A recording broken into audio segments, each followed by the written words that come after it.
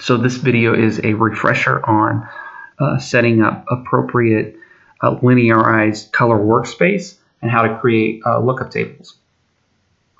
So first off, let's come down here and click on the 16 bits per channel. And we just want to make sure this is set to 16 bits. That's good. And then we want to come through here and we just want to scroll down until we find HDTV Rec 709. And then we just want to make sure that this little box is checked. And so we have all these little tabs. You just want to make sure that you come to color and you set 16 bits, HDTV Rec 709, and click the box for linearized working space. And then your color space is set appropriately. You can drag that out and make a comp, and things are good. So, but we do need to make sure that we render out to an appropriate color workspace and encode that into our video. So if we go to composition, add a render queue, we'll get this pop up. We just want to click on lossless and or the second option down, and let's come to color management. Let's not use the default that they give us. Let's scroll down, find HDTV Rec 709, and that looks great, and okay. And we're just going to come in here and just decide where we want to render this to. And since I already done that, I'm just going to make this as 002, and I'll click save.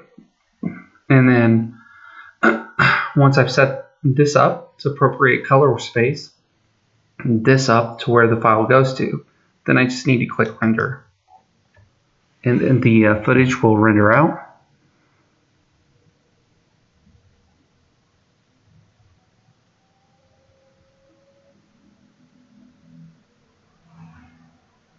And we'll give that a second to finish up.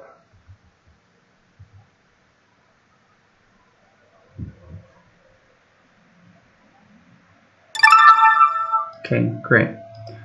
So we'll just pull this footage in. Okay, I'm going to go back to my comp. I'm going to pull this footage down on top of that footage, and you'll notice that it's like a shade darker. So if I turn the eyeball off, it's brighter, and if I turn it on, it's a shade darker.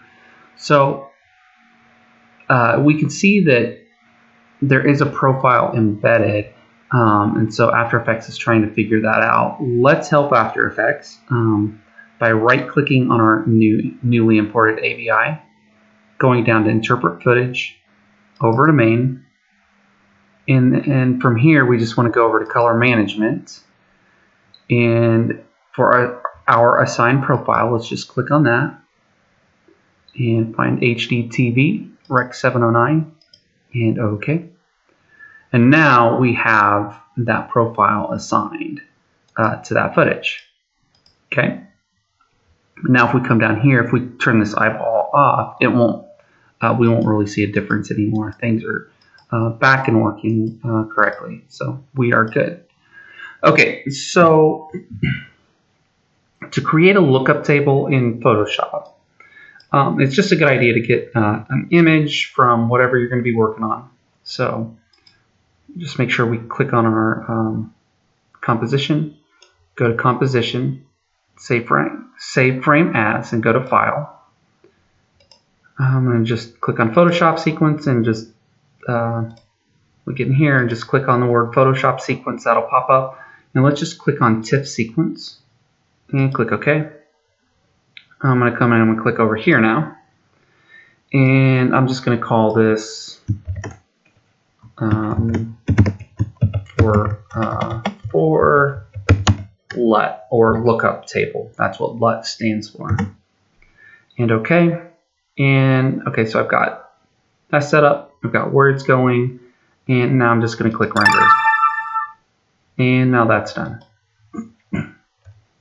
So in Photoshop, I'm just going to open that image up. And so we've got that for LUT. Okay, so make sure that this stays locked. If for some reason, if you accidentally unlock that, we just need to come to Layer, New, and down to Background from Layer, and that'll get that set back. So we just want to make sure that that little lock stays on. So if you accidentally uncheck that, just Layer, New, and then Layer from Background. Okay. Okay, so the other thing we needed to do was go to Image, Mode, and let's set this to 32 bits. Okay. And then from here, we can go to Image or Layer, New, Adjustment Layer, and make some. But we also have the shortcut over here. And if we look down here, we've got that little circle that has, it's half black and half white. So let's just click that. Let's make a Levels. Let's click that same icon. And let's make a Hue and Saturation. Okay, so for the levels, I'm going to click on that. Pops up here. I'm going to pull in my black point to make my darks darker. I'm going to pull in my white point to make my whites brighter, get a good contrast. And I'm going to come here to RGB, go to red. I'm going to just pull down that red quite a bit.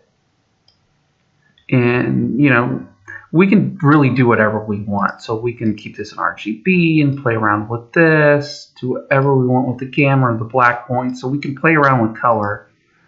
We can change RGB to red or green or blue and then play around with those values, right? So we could do whatever we want for our color correction. Point being, once we have something that we like, and maybe we go to Hue and Saturation and we play around with the saturation level. Obviously, we probably don't want it all the way black, but you know, maybe you desaturate it, or maybe you increase the saturation. So whatever you do there, you can always play around with hues as well, just to find something that you like. Once you have that, what we want to do is we want to click our Hue and Saturation, shift click our levels or whatever adjustment levels that you've made. Maybe you've made some other ones, but we want to click those adjustment layers, and then we'll go to File, go to Export, and down to Color Lookup Tables.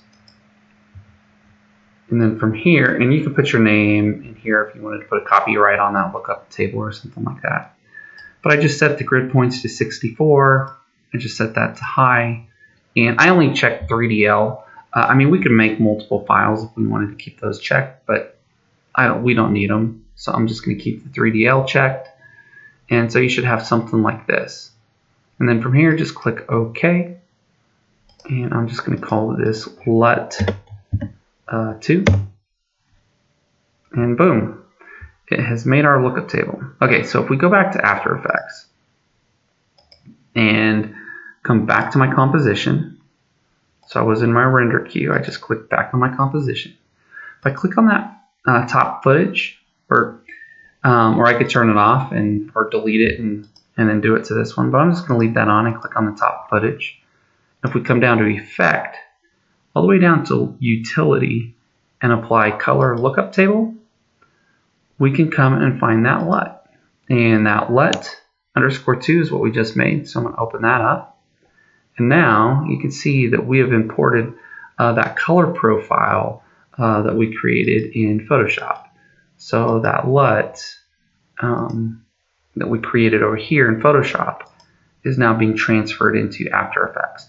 And so this video showed two things. One, how to create a linearized, proper color workspace within After Effects, and then also how to create lookup tables and how to export those, and then also how to import those into After Effects. We created it in Photoshop, and then we imported it into After Effects. And so LUTs are a good way to transfer around different color profiles if you're working on projects together, you know, for different shots and things like that. So you can have the exact same LUT on different shots to match things up. So anyways, hope this has been helpful.